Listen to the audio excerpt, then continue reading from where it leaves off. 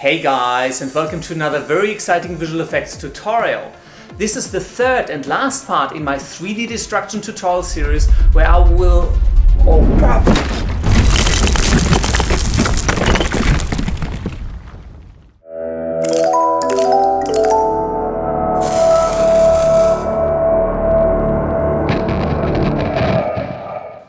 As I was trying to say, this is the third and last part in my 3D destruction tutorial series where I will show you how to create a cool looking 3D destruction effect and composite it into a moving live action shot.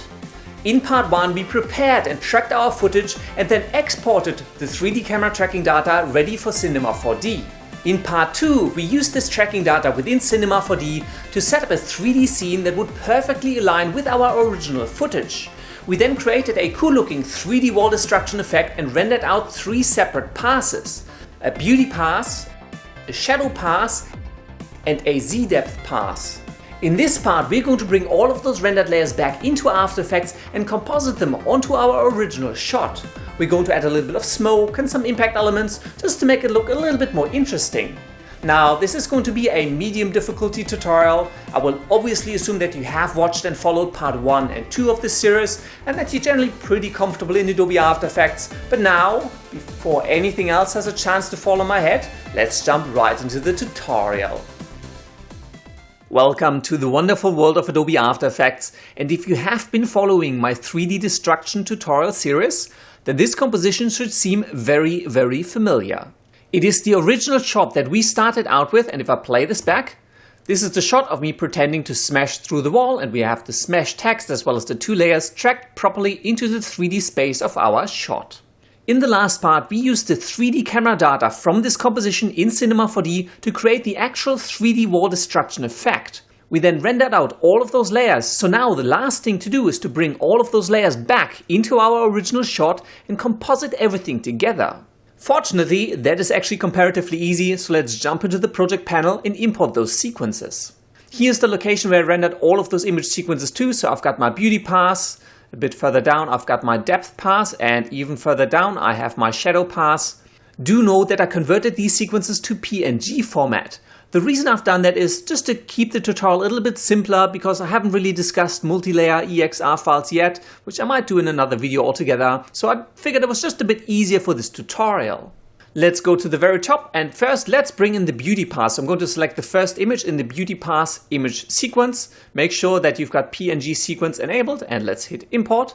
This is going to bring in our beauty pass, and let's bring in the other 2 layers as well. So let's import another file. And while I enjoy scrolling around like the next person, let's just search for *00000 to bring in the first image of the 3 sequences. We've already imported the beauty pass. Let's bring in the depth pass. Again, make sure you've got a PNG sequence enabled. Hit import. Let's pop open the dialog one more time, and let's also bring in the shadow pass. Next, to add the wall into our shot and obviously into the 3D space of our scene, you could simply try to grab the beauty pass and drag and drop that at the top of your composition. However, you will notice that this sequence doesn't actually extend for the full duration of the composition, and if you scrub through, you will notice that it totally misaligns, and that is because of a simple frame rate mismatch. If you come up to the image sequence and look at the frame rate, we're at 30 frames per second. However, the composition we're working with is actually at 23.976 frames per second, and this is actually the frame rate that we used when we exported our tracking data to Cinema 4D. So now from Cinema 4D coming back, I need to make sure that I'm setting my beauty sequence or all of my image sequences really to the same frame rate as my current composition. So from 30 frames per second, I need to go down to 23.976, and in order to do that, simply right-click the image sequence, come into Interpret Footage, and then Main, and let's simply change the frame rate from 30 to 23.976. Hit OK, and you will immediately notice that the image sequence has expanded to the end of the composition, but it hasn't actually been filled in yet, so let's grab the end and just drag it to the end of the composition. So now the beauty pass image sequence is lined up with my composition, and let's rewind and play this back. And there you go! We now have the beauty pass of our 3D wall destruction effect properly tracked into the 3D space of our live action shot. However, did you notice there was something funky happening? Just watch this space right here above the right side of the wall. If I scrub back a little bit, you will see Can you see this little rock just bouncing around? And this actually comes from the physics within Cinema 4D, or well, within any 3D program not being accurate. And I've talked to this problem already in the last part where we talked about creating the destruction in Cinema 4D, where you can sometimes get straight pieces bouncing around endlessly. So this is just one of those artifacts. And I could have removed it before this tutorial, but I figured it was just good to leave it in just to show you how to deal with this, which is actually really, really easy. So let's simply solo the layer. And all I'm going to do is I'm simply going to mask this little thing out. So let's just grab the pen tool. Let's draw around the little rock. And let's bring up the mask properties and set the mask to subtract. Next, let's enable the keyframes. And what I'm going to do is I'm actually going to temporarily set the mask mode to none, just so that it's a bit easier to work with while I'm animating this. And then I'm simply going to animate this mask path to follow that little weird bouncing rock fragment. Now, I know this is a little bit of a hack, but for this simple 3D integration effect, it'll do just fine. Make sure you also cover the second occurrence of this bounce. And towards the end, I'm simply going to move the mask off the screen. Let's step through this backwards, and let's make sure the mask follows the rock all the way to the start and off the screen. Let's change the mask mode back to subtract. Let's zoom back out and let's play this back to make sure we got rid of this little wall fragment.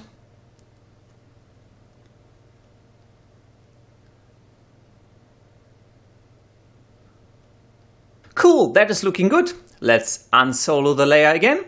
So there's the wall destruction, this time without that weird bouncing pebble. And let's bring in the next render pass. Now, the depth pass itself we're going to use for some compositing for dust and debris and explosion and other stuff in the end. The other thing we do want to composite though is the shadow pass. So let's bring in the shadow pass and drop it at the top of our composition. And again, we haven't interpreted the footage, so it's still at 30 frames per second. So let's also right click, interpret footage, main, and let's change the frame rate to 23.976. Hit OK, and before we forget it, let's also make sure that the depth pass is also at 23.976. So let's jump into the interpret footage and change this to 23.976. Now with the shadow pass, let's make sure the layer extends to the end of the composition. And I'm going to go a pretty simple route. I'm simply going to change my blend mode from normal over to multiply. And what this is going to do, this is simply going to add shadow down here in my rock. So this is without the shadow pass. And this is with the shadow pass. And you can see a lot of the ambient occlusion, so a lot of the shadows in between the cracks and where a lot of these 3D elements are close together, just adds a bit of shadows down into the bottom. It just looks a little bit more realistic. If you're finding that the shadow is a bit too intense, you can simply tweak the opacity of this top layer to kind of control the intensity of the shadows in your composite. So I think maybe around the 80% should be all right. And now let's talk about compositing a little bit of dust and other elements into the shot just to make it look a little bit more exciting. First off, because it doesn't look terribly realistic, I'm going to get rid of this smash text. So I'm just going to hide this smash text layer because we don't really want to see it. And I know I also still have, if I'm just hiding my shadow pass and the beauty pass for a second, we also still have these two solids tracked into the shot, which obviously we don't want for the final composite, but they will be quite helpful for placing other elements, other stock footage elements in this shot. So I'm going to leave them for now. So what I want to do now, let's add a dust wave so that once the rocks kind of fall to the ground, it's like a dust wave created here that kind of wafts towards the camera, just to add a little bit of interest into this area here. And for that, I have some stock footage here from Action VFX. So I've got two dust waves here, and these are actually absolutely free 2K elements. So if you go to actionvfx.com, you can download these elements absolutely free of charge and use them for your own effects. I'm going to put a link down in the description of the video for you guys as well if you want to check that out. So let's bring in dust wave 1. So I'm simply going to drop that in my composition, and let's just check this out. And that's kind of just a little bit of a dust wave on the ground. Now, first off, because of the way this was filmed, there's a bit of a harsh line down here at the bottom where the ground plane is. So what I'm going to do is I'm going to grab the rectangle tool and just draw a mask around the top part of this dust wave, just to exclude that little bit of a harsh edge at the bottom. Don't really want to include that in my composite. And under the mask properties, I'm just going to feather this out, maybe 5 pixels. Doesn't have to be terribly much, just to soften out the edge a little bit. And then I'm going to change the screen mode of this dust wave from normal over to screen. Now, simply placing this dust wave element in our shot, even if you kind of align the layer to be in time with when all of these debris pieces come out, it's going to look a little bit fake because it's obviously just a 2D layer stuck on top of a 3D effect. In order to make this look a little bit more realistic, we need to place this layer inside the 3D space of our scene. There are different ways of doing this. Let me make this just a little bit bigger. What I'm going to do is I'm actually going to delete this dust wave one for now again, and I'm going to hide my shadow pass and my beauty pass. Now, we already have solids tracked into the 3D space of the shot. We have this ground plane, for example. So this one is already tracked properly into the 3D space of our scene. Now, you could either come into the Tobias Smashed Masked Comp, which is the composition we tracked, come into the effects controls, reselect your 3D camera tracker, and we can now create a new plane in this space. However, because we have the solid on the ground already tracked, much easier way in my opinion is simply to select the ground. Let's duplicate it with Ctrl D.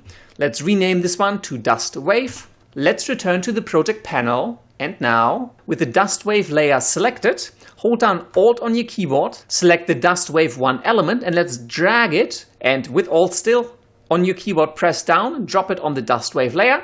And this is now going to place this layer in the 3D space of your scene. So now if I scrub through, you can see the dust wave is, well, it's on the ground flat, which is incorrect, but it's tracked into the 3D space of the scene. Next, what I'm going to do is I'm simply going to rotate this to essentially stand it upright.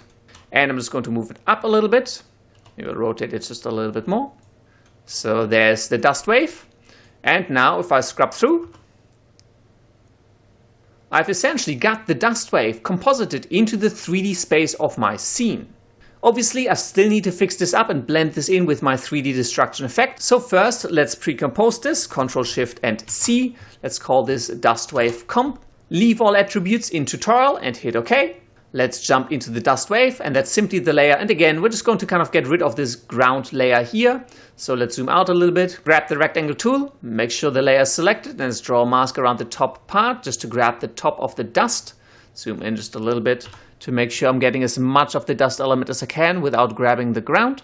So that should be right. Let's expand the mask, push up the feather. Maybe I'll set it to 10 this time around. Just, a little bit of a softer edge at the bottom. Let's return to the tutorial, and there you can see the ground is gone. And let's just change the blend mode from normal over to screen, rewind a little bit, and let's play this back.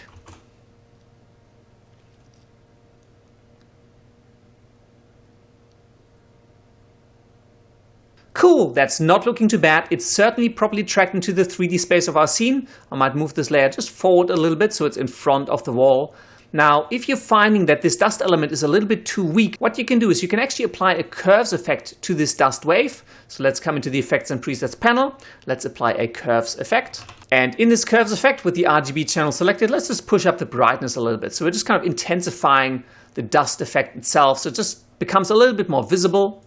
That's kind of cool. Actually, I'm going to scale this layer up a little bit more as well, just so the dust is a little bit bigger. And let's just move it up a little bit more. So there we've got the dust happening, which looks kind of cool. Obviously, we need to properly time it with the destruction effect itself. So let's re-enable the beauty pass and the shadow pass. And because the dust wave is below all of that, let's drag the dust wave layer to the very top. So the dust wave is now on top. And I want the dust wave to appear maybe about here, because that's kind of where all of these large rocks would hit the ground. That's kind of where I would want the dust wave to start appearing. So let's drag this layer forward just a little bit to about there. And I'm also going to move it over because right now you can see the dust waves kind of, the center of the dust wave kind of sits here. I want that center to sit more in the center of the destruction effect itself. So I'm going to kind of bring this over a little bit, maybe push it back a little bit more, maybe down a little. Yep, so about there. And obviously then time it so that it starts probably about here. What I might do is, because I don't actually want the dust wave to start this small, I kind of want the dust wave to start quite wide already because rocks are falling all over the place. So what I might do is I might actually animate the opacity. So let's reveal the opacity, set a keyframe, 100% at this point, maybe not. Maybe we'll start it out at 0 here, step forward just a little bit and push this up to 100. Bring the first keyframe back a little bit and let's select both of them and hit F9 to enable Bezier interpolation. So it kind of just fades in right here. So that's not too bad. Let's The dust wave is way too close to the wall, so I'm just going to move it out a little bit. And again, feel free to tweak this in any way you want. Move things around just so they kind of sit a bit nicer in your shot, and you can kind of tweak this in any way that you want.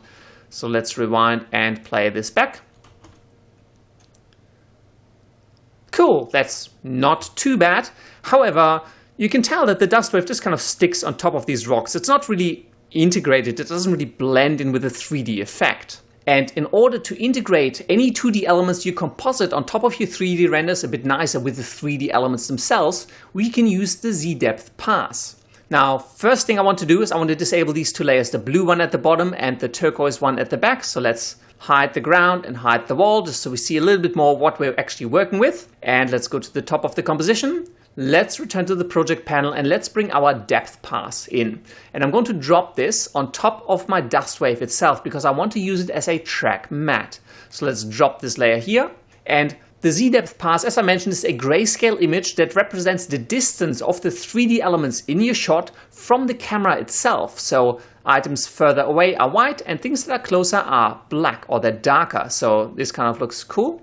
The great thing with this is that we can actually tweak this color and then use this as a luma matte onto the dust wave, so we can push parts of this wave behind these foreground elements so it sinks into the 3D space of this effect. In order to do that, let me re-enable visibility on the depth pass and let's apply a levels effect to this depth pass layer. Now, if I make this a little bit bigger, here's a histogram of all of the colors or the brightness tones in this image. And you've got some sliders here for the bottom. So if I move this bottom up, what you'll see is that the foreground is starting to get darker. So I can kind of make sure that these foreground elements here are really nice and black. And I can move the back slider to kind of bring in the brightness from the back a bit closer. So I'm tightening up the range essentially. So I'm going to kind of tweak this a bit more, maybe push this in. And now what I can do, I can use this as a luma matte to essentially hide my smoke behind these foreground elements. And in order to do that, make sure your depth pass is on top of the dust wave and then change the track matte mode on the dust wave from none over to luma matte. And what this does is it pushes this 2D element behind some of these foreground elements in your 3D render. So even though these are all 2D layers that we're compositing, it feels like the smoke is kind of sitting behind these foreground elements. If I disable the track matte again, flat and ugly. If I change this back to luma matte, we're kind of pushing the smoke behind these rocks. And the cool thing is that I can go back to my depth pass and tweak this levels effect to kind of either have the foreground elements be a bit more transparent so the smoke kind of covers them, or I can push it further into the background any way that I want to kind of just make it sit really nicely in my scene. I think this is actually not too bad. So let's rewind this and play it back. Cool, can you see that? That looks a whole lot better already.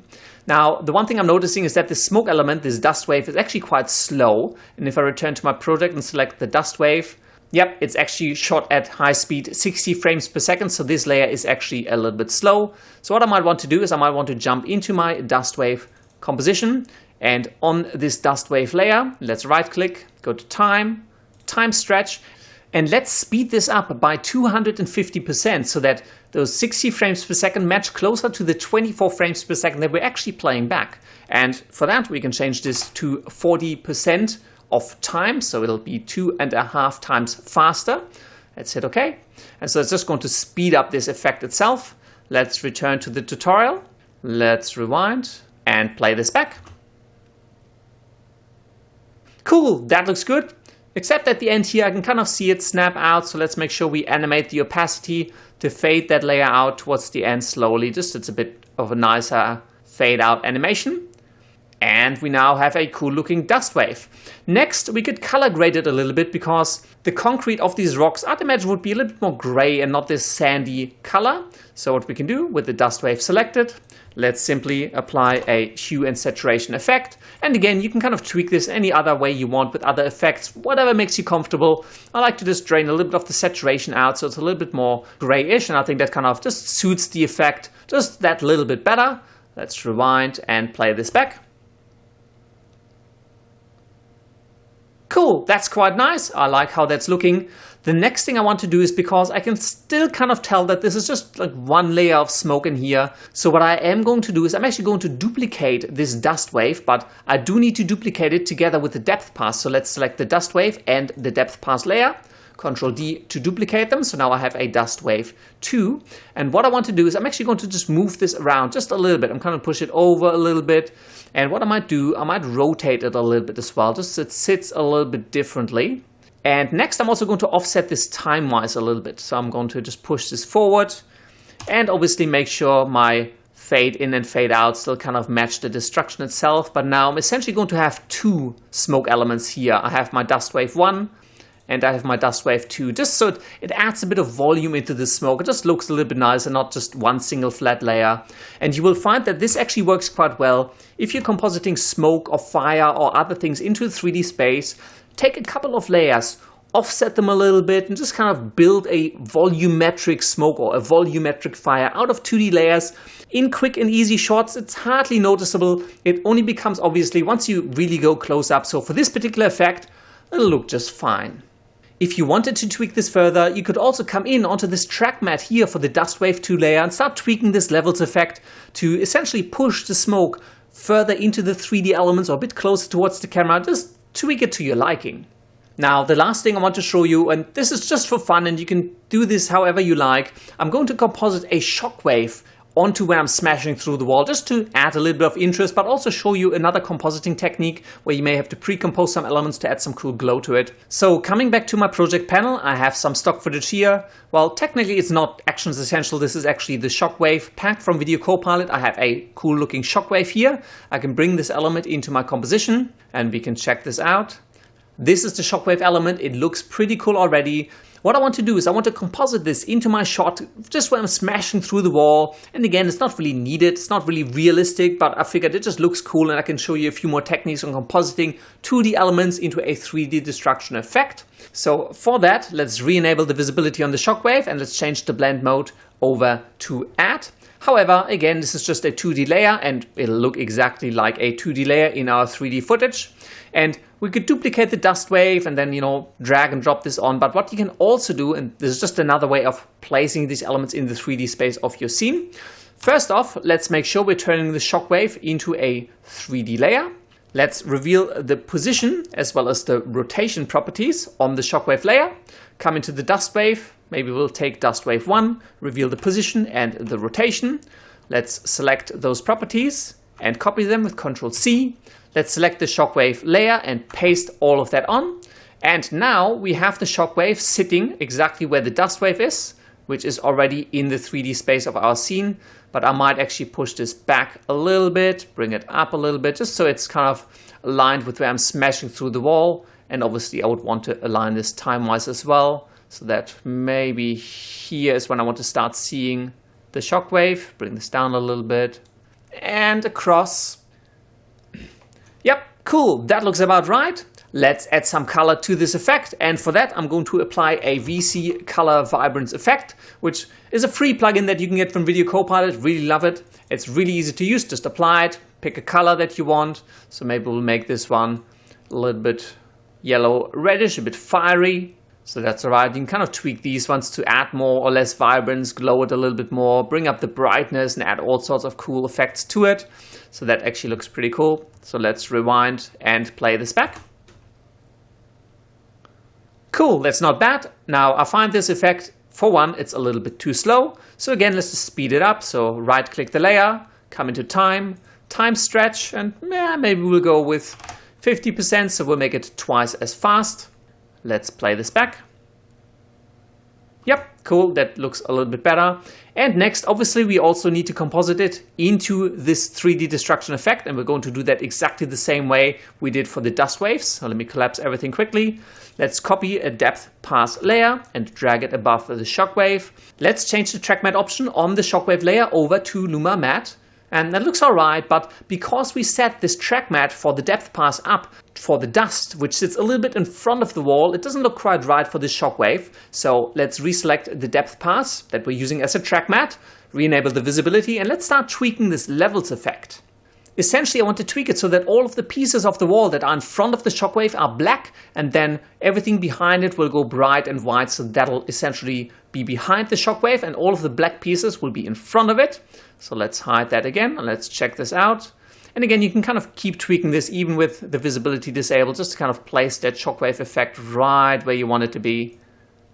Maybe it's still a little bit too far in the front.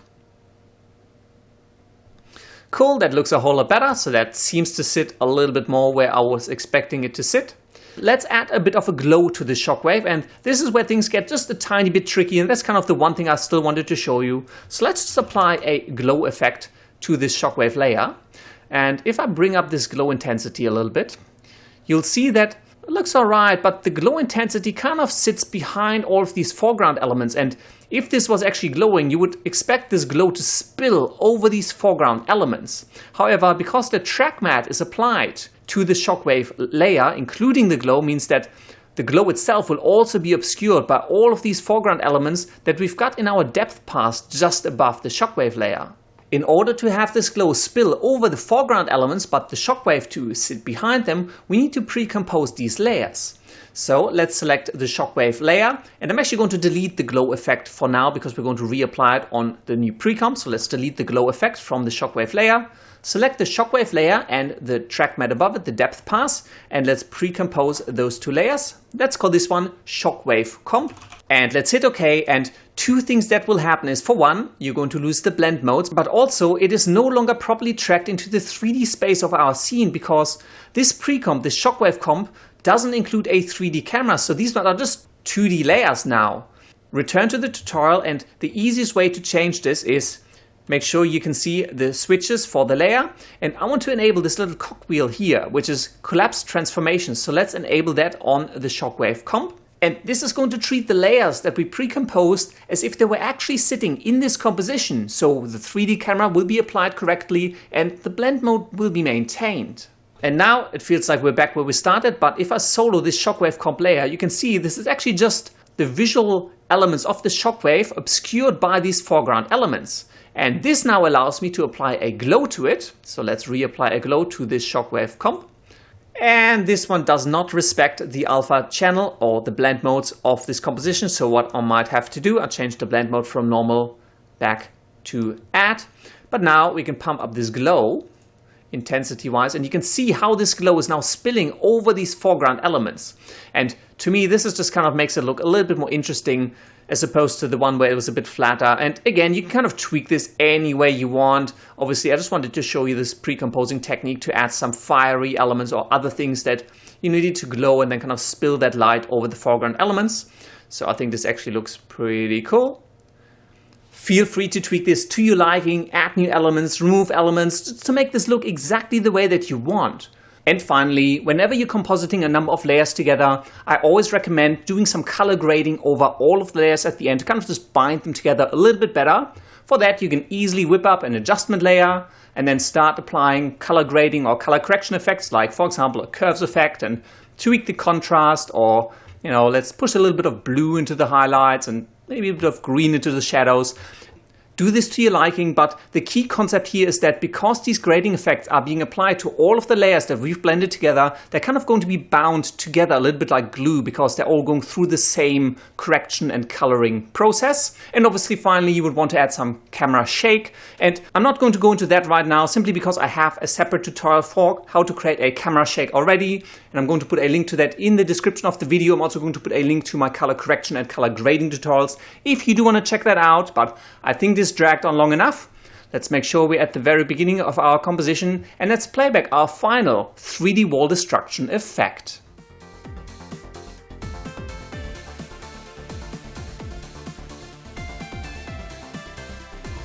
And that's all there is to it. Do let me know if you enjoyed this tutorial series, and obviously if you did, please show your support by liking, favoriting and sharing it with the world. Don't forget to subscribe if you do want to see some more cool filmmaking and visual effects tutorials just like this one. And as always, if you do have any comments, questions or suggestions, just leave them down in the section below. Thank you very much for watching, and until next time, I will see you later.